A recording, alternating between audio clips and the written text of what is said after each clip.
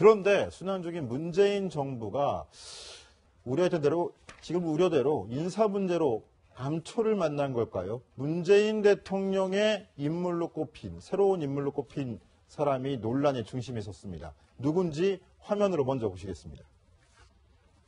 네, 반갑습니다. 탁현민이고요. 불세출에 보면 죽어라고 제가 얘기하고 있습니다. 정치도 그렇고 선거도 그렇고 유권자의 입장에서 감동이 있었으면 좋겠어요. 재미가. 감동과 재미가 있는 대선, 그걸 위해서 할 수 있는 일이 있으면 최선을 다해 돕겠습니다. 지금 보신 인사 탁현민 전 성공회대 교수입니다. 최근에 청와대 의전비서관실 행정관으로 입성을 했는데요. 대선 캠프에서 문재인 대통령 후보의 선거 영상을 기획해서 또 화제가 됐던 인물입니다. 그런데 과거 행적 때문에 논란이 벌어지고 있다고요? 네, 그렇습니다. 2007년이죠. 10년 전에 발간을 했던 이 서적 때문입니다. 제가 가지고 나왔는데요. 논란이 되고 있습니다. 제목은 남자 마음 설명서란 내용인데요. 이 내용 중에서 내용을 보면 여성들을 유형별로 분류를 해서 진짜 남자들은 마음속으로 이렇게 생각한다라는 좀 잔인하지만 리얼한 진실이라는 소제목을 달고 있습니다. 여성들에 대한 이야기인데 여성들을 유형별로 분류해서 성적 대상화하고 또 편협한 여성관이 담겼다라는 지적을 받고 있습니다. 내용들을 좀 소개를 해드리면요. 우선 저희가 공개해드릴 수 있는 수위의 내용만 우선 공개를 해드리겠습니다. 이왕 입은 짧은 옷 안에는 뭔가를 받쳐 입지 마라. 이게 무슨 뜻일까요? 또 그리고 대중교통 막차 시간을 맞추는 여자는 구질구질해 보인다.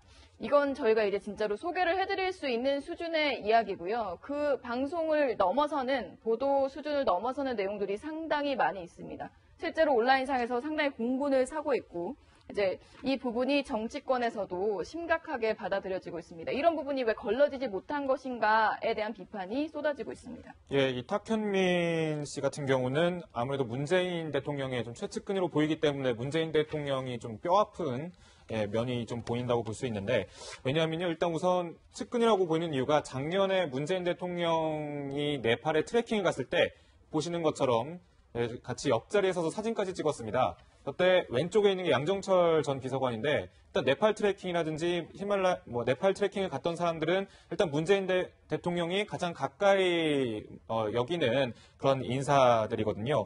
또 이 탁씨 같은 경우는 또 2012년 문재인 후보 출정식도 이제 기획을 했고요. 최근에 대선 출마 동영상도 또 제작을 했습니다. 그러니까 선거운동 기간이 땡 하자마자 20여일 뒤에 승리로 보고 드리겠다. 이런 멘트를 날렸던 그런 동영상인데 이것을 이제 직접 기획을 또 했었고요. 그러니까 두 번 내내 대선 캠프에서 활동을 했을 정도로 신뢰감이 상당히 두터웠기 때문에 이 최측근이다라는 그런 분석이 나오고 있는 거거든요. 따라서 이런 여러 가지 막말 논란도 있었지만 일단은 이런 최측근이라는 분석 때문에 최근에 이게 불거진 이 논란이 문재인 대통령에게 더욱 뼈아프다고 볼 수 있는 거죠. 네, 탁현민 행정관, 신임 행정관이죠. 과거에는 자신을 불세출의 연출가라고 자평하기도 했었는데요. 그렇게 말한 이유가 뭘까요? 탁 행정관의 입으로 직접 한번 들어보시겠습니다. 내가 갖고 있는 재주가 있다면 나는 결핍을 찾아내는 사람이에요. 사람들이 원하는 거. 내가 뭔가를 만들어내는 게 아니야. 사람들이 그걸 원하는 걸 조금 빨리 알아. 저희가 그런 저항성이나 혹은 그런 것들도 있지만 로맨티스트 혹은 절대적인 애정주의자 혹은 사랑 예찬론자이기 때문인 것 같아요. 연수 기자, 네. 본인 스스로 로맨티스트, 사랑 예찬론자라고 얘기했는데 네. 책 내용하고 맞는 내용입니다. 제가 사실 좀 이 책을 가지고 와서 좀 읽어봤는데요. 사랑 예찬론자가 쓴 내용 같아 보이진 않았었는데 우선 이런 책 내용들 때문에 이제 청와대 행정관들이 전반적으로 함께 이야기를 듣고 있는 셈인데 자유한국당에서는 이 탁 행정관 문제를 꼬집으면서 국민은 좀 품격 있는 인사를 원한다 이렇게 논평을 내놨습니다. 자유한국당 김성원 대변인 목소리 함께 들어보시죠.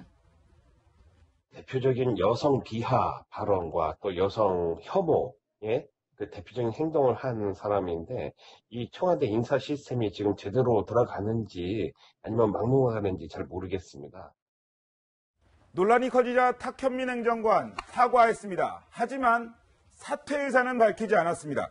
현재 저의 가치관은 달라졌지만 당시의 그릇된 사고와 언행을 반성하고 사과드린다. 그렇게 이야기를 했습니다. 하지만 자신의 거취에 대해서는 언급하지 않았습니다. 예, 더 큰 논란도 벌어졌습니다. 바로 중요 인사들의 위장 전입 문제 때문인데요. 자, 이현수 기자, 네. 이낙연 국무총리 후보자, 강경화 외교장관 후보자, 이어서 재벌 저승사자로 불렸던 그렇죠. 김상조 공정거래위원장 후보자까지 모두 위장 전입 사실이 다시 불거진 거죠? 네, 그렇습니다. 그러니까 위장 전입이라는 걸 조금 설명을 먼저 드리면 실제 거주를 하지 않으면서 주민등록상만 옮겨놓는 겁니다. 뭐 목적은 여러 가지가 있을 수 있겠죠. 그런데 처음에 이제 강경화 외교부 장관 후보자를 발표할 때 이 위장 전입과 자녀의 이중 국적 문제를 먼저 이야기를 했었습니다. 그래서 솔직하게 국민들에게 말하고 이해를 구한다라고 해서 오히려 신선하다라는 반응이 나왔었는데 예, 솔직했는데, 그렇죠. 근데 왜 김상조 공정거래위원장 후보자 같은 경우에 미리 밝히지 않은 겁니까? 오늘 임종석 대통령 비서실장이 나와서 설명하기로는 분명히 알고 있었지만 다른 여느 이제 부동산 투기용이라던가 그런 위장 전입과 달랐기 때문에 미리 얘기하지 않았다라고 설명을 했고요. 이낙연 총리 후보자 같은 경우는 사실상 청문회를 하는 과정에서 총리 후보자가 직접 시인을 했고 청와대에는 보고를 하지 못했다고 이 후보자가 시인을 하기도 했었습니다. 네, 일단은 이 문제가 결국 원론적으로 봤을 때 불거진 이유는 김상조 공정거래위원회 위원장 후보자가 일단 재벌 저승사자, 그리고 재벌 개혁, 그리고 재벌계에 칼날을 들이댈 사람으로 평가가 나 있었고 정평이 나 있었기 때문인 것 같은데, 또 일단은 문재인 대통령이 후보 시절부터 공약을 하기로는 뭐 일단 위장 전입에 대해서 위장 전입한 후보자 같은 경우는 절대 공직에 채용하지 않겠다까지 약속을 하지 않았습니까?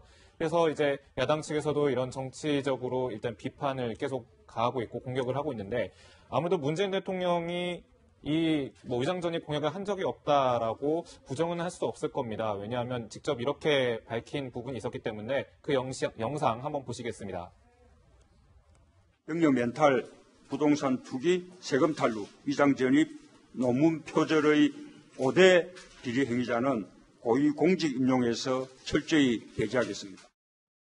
자, 그럼 여기서 저희가 한번 팩트 체크를 해봐야 되겠죠. 최석호 기자, 오늘 김상조 후보자 위장 전입 논란 현장 취재까지 다녀왔죠. 한번 짚어줘 보시죠. 네, 그렇습니다. 김상조 공정거래위원장 후보자 두 차례의 위장 전입 의혹이 있습니다. 먼저 김 후보자는 1994년 3월부터 경기도 구리시 교문동에 살았는데 아들이 초등학교 입학을 앞둔 1997년 1월에 근처 친척집으로 주소지를 옮깁니다. 김 후보자는 중학교 교사였던 부인이 지방 정금 발령이 나서 건너편 친척집에서 아들 학교를 보내려고 주소지를 옮겼다. 이렇게 해명을 했습니다. 그런데 아주 중요한 일은 지금부터 벌어집니다. 때는 2002년 2월입니다. 아들이 중학교 입학을 앞두었던 2002년 2월에 당시 아들은 초등학교 6학년이었습니다. 서울 대치동 은마 아파트로 옮깁니다. 그런데 한 2년쯤 지나서 다시 서울 목동 현대 아파트로 주거지를 옮깁니다. 사실 이 대치동 은마 아파트는 전셋집이었고요. 서울 목동 현대 아파트는 자가였습니다. 당시 이렇게 이야기를 합니다. 미국 예일대 연수를 가는데 이 과정에서 목동 현대 아파트에 세입자가 살다 보니 우리 우편물도 있고 해서 옮겼다. 잠깐 주소를 옮길 것뿐이다. 이렇게 얘기를 합니다. 그런데 2005년 2월에요. 아들 고등학교 입학을 앞두고 또다시 대치동 은마 아파트로 주소지를 옮깁니다. 왜 6개월, 7개월을 두고 자신이 살았던 집이 아닌 왜 세입자가 살고 있는 곳으로 주소지를 옮겼냐. 이것을 두고 이거 아들 학교 좋은 데 보내기 위해서 위장 전입한 것 아니냐. 이러한 의혹이 불거지고 있는 겁니다. 인근 부동산 업자의 얘기를 들어보시면 왜 이런 의혹이 나오는지 좀 더 자세히 알 수 있을 겁니다. 가면은 어디 학교를 배정받았어요? 지금 개명하고 희문을 가요. 여기 아파트에서 남자애들. 사실 이게 주소지를 일로 옮겨 놓는 경우도 꽤 있나요? 근데 강남은 전수조사를 나오기 때문에 좀 힘들어요. 자, 최석호 기자. 근데 오묘하게도 아들이 상급 학교로 진학할 때마다 좀 그 위장전입 의혹이 불거진 거네요. 그렇습니다. 이 의혹이 불거지는 것은 바로 그것 때문입니다. 결론적으로 가장 궁금해하실 부분은 과연 김 후보자가 가족이 은마 아파트에 실제로 살았냐? 이것을 시청자 여러분들은 가장 궁금해하실 겁니다. 김 후보자 측은 은마 아파트에 산 게 100% 맞다 이렇게 밝혔습니다. 그런데 제가 은마 아파트를 직접 가서 취재를 해봤습니다. 옆집, 그러니까 김 후보자가 주소지로 했던 은마 아파트 바로 옆집에 사는 주민은 김 후보자를 본 적이 없다고 말했습니다. 직접 들어보시겠습니다. 이분 못 봤어요. 저 여기 지금 90년에 이사 이날 때까지 우리 재건축가라고 아직도 살고 있는데 위장전입일 수도 있겠다 그러면. 네, 제가 이분 못 봤어요. 그래도 남자분들 뭐 바로 옆이니까 들고 달고 인사는 얼굴은 보잖아요. 그러니까는 못 봤죠, 이분은 제가. 네, 이분은 아니었어요. 이분은 여기 안 살았어요. 다시 한번 말씀드리지만 주소지와 바로 옆집이라는 걸 말씀을 드리고요. 김상조 후보자가 은마 아파트에 살았지만 이분이 보지 못했을 가능성도 있습니다. 하지만 이에 대해서 김 후보자의 해명이 반드시 필요한 부분이다. 이렇게 말씀을 드릴 수 있겠습니다. 그런데 김상조 후보자는 당분간 추가 해명은 없을 것이다. 이렇게 선을 그었습니다. 네, 이현수 기자가 다시 한번 확인을 했었죠? 네, 제가 공정거래위원회 대변인과 통화를 했는데요. 이 두 번째 위장전입 의혹에 대해서 사실상 은마 아파트에 살았느냐에 대해서 100% 거주했다라고 응답을 했고, 그렇다면 목동으로 왜 옮겼느냐라고 하자 예일대로 그때 유학을 가 있을 때 우편물이 빈집에 쌓이는 걸 막기 위해 본인의 소유인 그 목동의 아파트에 살고 있는 세입자에게 우편물을 보관하는 것을 부탁하기 위해서 잠시 옮겼다라고 해명했습니다. 네, 아무튼 이렇게 위장전입 논란이 줄줄이 불거지자 청와대에서는 부랴부랴 수습에 나섰습니다. 임종석 대통령 비서실장 목소리 들어보시겠습니다. 저희가 내놓는 인사가 국민 눈높이에 미치지 못한다는 점에 대해서는 국민 여러분께 죄송하다는 말씀드립니다. 선거 캠페인과 국정 운영이라는 현실의 무게가 같을 수는 없다는 점을 솔직하게 고백하고 양해를 부탁드립니다. 문재인 정부 역시 현실적인 제약 안에서 인사를 할 수밖에 없습니다. 자, 사과는 사과인데 뭔가 개운치 않는 게 좀 남습니다. 선거 때 한 얘기랑 실제 국정 운영은 약간 좀 무게가 다르다. 이 해명 어떻게 받아들여야 될까요? 네, 사실 국민들이 어떻게 받아들일지가 가장 중요할 것 같다는 생각이 드는데요. 선거 캠페인과 현실의 무게가 다르다. 그럼 사실상 그 구호는 선거용이었다라는 해석으로도 들릴 수 있는 부분인데, 사실상 이런 사과도 직접 대통령이 하라라고 야당 측에서 요구가 거셌지만 비서실장이 나와서 설명을 했고요. 그리고 국민들에게 국민 눈높이에 맞추지 못한 건 사과를 한다라고 했지만 향후에 어떤 기준으로 하겠다라는 설명이 없었다라고 야당 측에서는 사실상 이런 사과론 좀 불충분하다라고 지적을 한 바 있습니다. 네, 최석호 기자. 인사도 지금 첫 번째 난관일 것 같아요. 지금. 근데 야당이 지금 이낙연 총리 후보자 인사청문회 끝내놓고 청문 채택 보고서를 어떻게 채택해줄지 말지도 지금 계속 줄다리기를 하고 있어서 이 문제는 좀 더 지켜봐야 될 것 같네요. 네, 그렇습니다. 지금 오늘 사실상 그 청문 보고서 채택 회의가 잡혀 있었는데요. 그 부분이 지금 현재까지는 이루어지지 않고 있습니다. 청와대 설명을 듣고 하겠다고 했는데 지금 아마 이 시각 야당 그 청문위원들 간의 회동이 열리고 있을 것 같은데 그 결론을 한번 지켜봐야 할 것 같습니다. 네, 새로 들어온 속보는 이어서 종합뉴스에서도 제가 계속 전해드리도록 하고요. 최석호 기자 좀 전에 제가 부른 이유는 지금 정책도 한 가지 좀 문제가 생겼어요. 비정규직을 정규직으로 전환하는 문제에 대해서 한국경영자총협회가 반기를 들었다고요. 그렇습니다. 청와대와 경제계가 비화조짐을 보이고 있습니다. 오늘 이 불을 붙인 것은 김영배 경총 부회장이었습니다. 비정규직 채용 핵심이 아닌 업무를 하는 사람들이 비정규직이다. 그런데 이것을 고려하지 않고 비정규직은 좋다, 나쁘다 이렇게 이야기하면 안 된다. 이분법적 접근은 사회 갈등만 부추길 뿐이다. 이러면서 어떤 청와대 비정규직이 많은 기업을 제재하겠다. 이러한 방안을 강도 높게 비난을 했습니다. 바로 청와대 반격에 나섰는데요. 경총의 주장은 사실과 맞지도 않고 정부 정책을 심각하게 오도하고 있다. 잘못된 것이다. 이렇게 맞받아쳤습니다.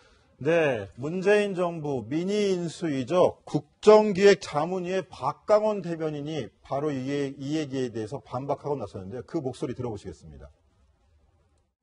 비정규직을 정규직으로 전환해야 된다는 이 문제가 경영계를 매우 어렵게 만들고 있다 하는 얘기는 어떻게 보면은 지극히 기업적 입장에 아주 편협한 발상이라고 말할 수밖에 없습니다.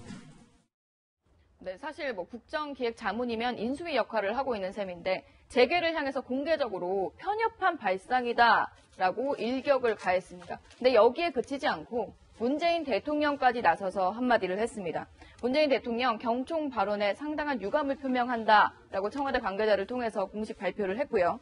그리고 경총이 정부 정책을 심각하게 오도하고 있다라고 얘기를 했습니다. 그러면서 일자리 정책 관련해서 제대로 파악도 하지 않고 그리고 경총이 이 일자리 부분, 양극화 부분에 대해서 책임을 갖고 있는데 그런 데 대한 반성이 먼저다라는 언급까지 했습니다. 사실상 문재인 대통령이 가장 주력으로 밀고 있는 일자리 정책의 핵심 정책이고 지금 화면에 나가는 부분, 인천공항공사 방문해서 비정규직을 정규직화할 때 가장 1호 지시인 셈이었거든요.